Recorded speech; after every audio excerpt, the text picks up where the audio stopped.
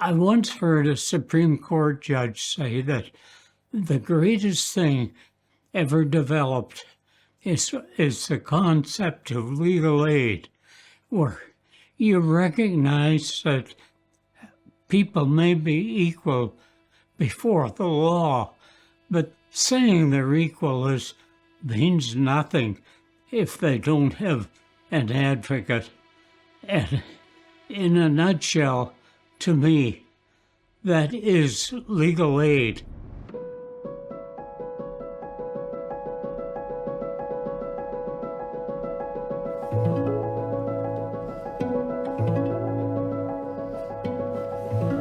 I grew up in a very small community called Meadowville.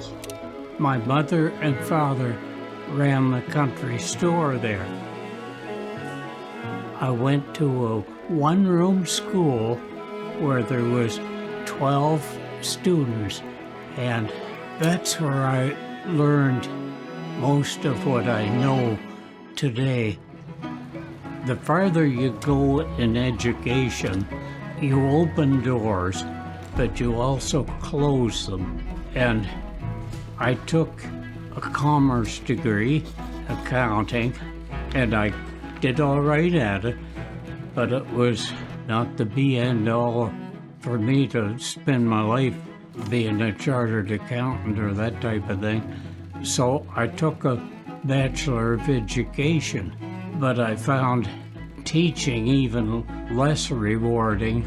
So I really went to law school because law school was easy, and if you can't do anything else, go into law.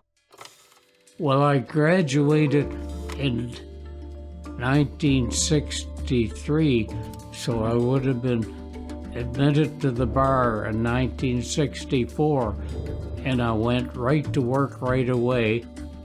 I was doing a lot of collection work for the collection agency. I never had a heck of a lot of ambition. It was just life as it came along. And then I first met my wife in her job. She was operating the elevator in the Glasgow's only skyscraper.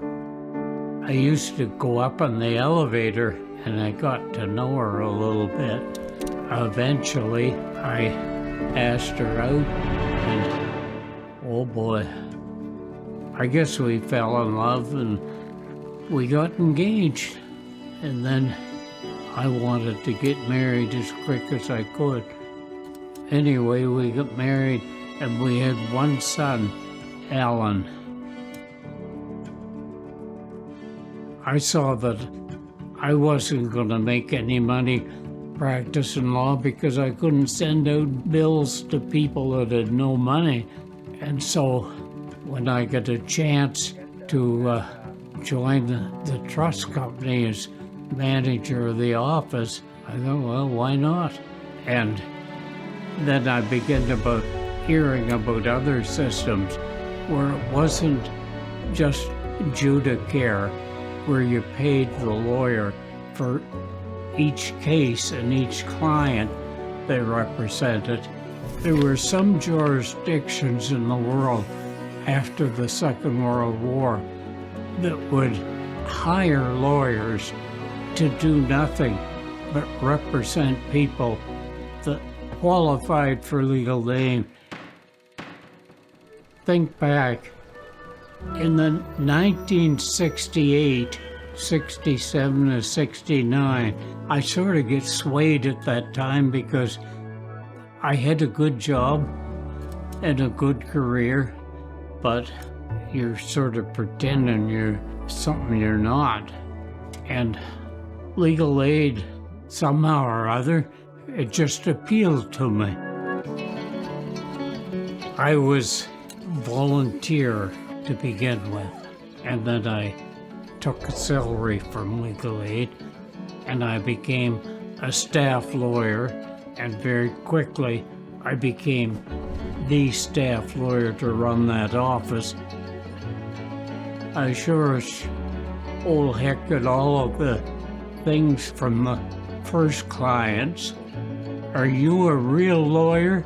And will you really work for me? I found that people couldn't believe that a lawyer would work for them and try his best with their case. And there was nothing in it for the lawyer other than he had a regular salary. And if you had something to live on, what more could you ask for?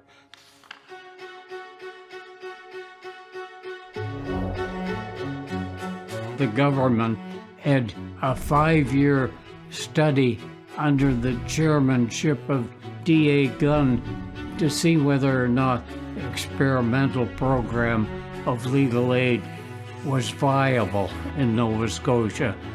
In '75, the Gunn Commission came out saying that it had been exceptionally successful, but I got a visit from the two main fellows from the Bar Society, and they said, we're coming to the end of the 5 years, and we're going to disband legal aid unless you would take the job of running it. So that's how I became the director of legal aid, because I couldn't see it fail.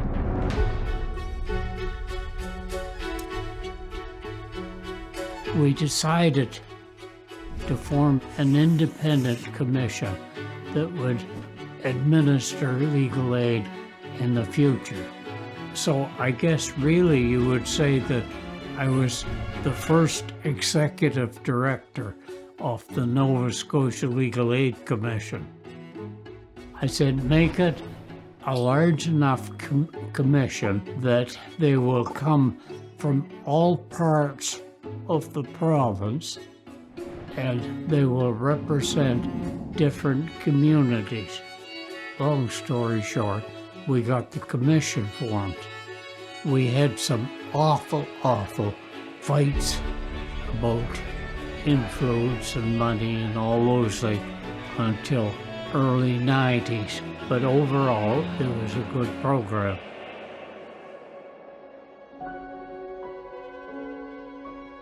At that time, I got the diagnosis that my wife was going to die.